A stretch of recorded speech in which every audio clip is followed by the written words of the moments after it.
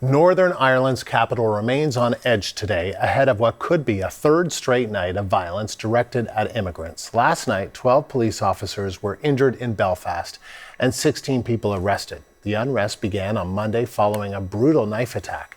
A 30-year-old man from Sudan faces a charge of attempted murder. The CBC's Anna Cunningham is tracking developments from our London bureau.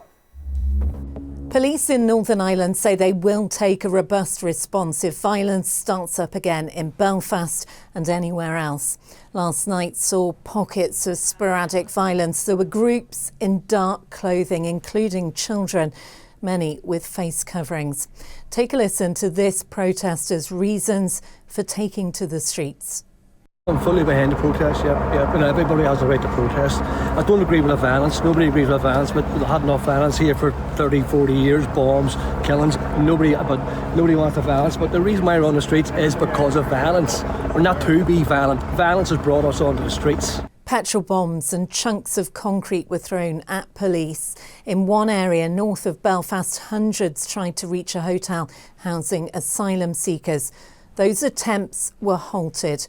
Police using water cannons.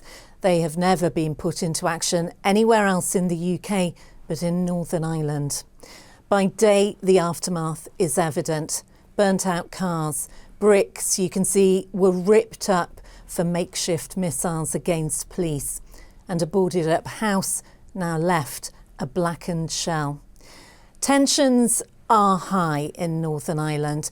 It now has a generation that's lived in relative peace without experiencing the decades of sectarian violence known as the Troubles that their parents lived through.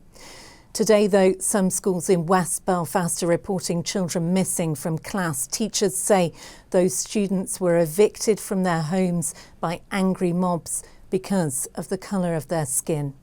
Britain's Minister for Northern Ireland says the violence is racist thuggery.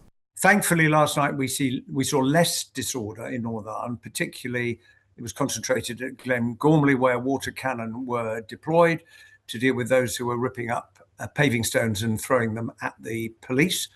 I hope that means that people are reflecting on the truly shocking scenes we saw on Tuesday night, with people being burnt out of their homes because of the colour of their skin. There is no justification for that. Northern Ireland's immigrant community is fearful. It's a mood that's been accelerated by reports of illegal checkpoints, cars being stopped as people are asked for proof of their nationality. Police are again appealing for calm. Let me be clear, there can be peaceful protest. It is part of a democratic society. What we saw bears no resemblance to that. We should all listen to the words of the Ogilvy family, who issued an incredibly powerful statement calling for calm. They could not be more clear that violence is not in Stephen's name. Stephen is the victim of that brutal knife attack Monday. He lost an eye and remains in hospital in a stable condition. His family just want the violence to stop.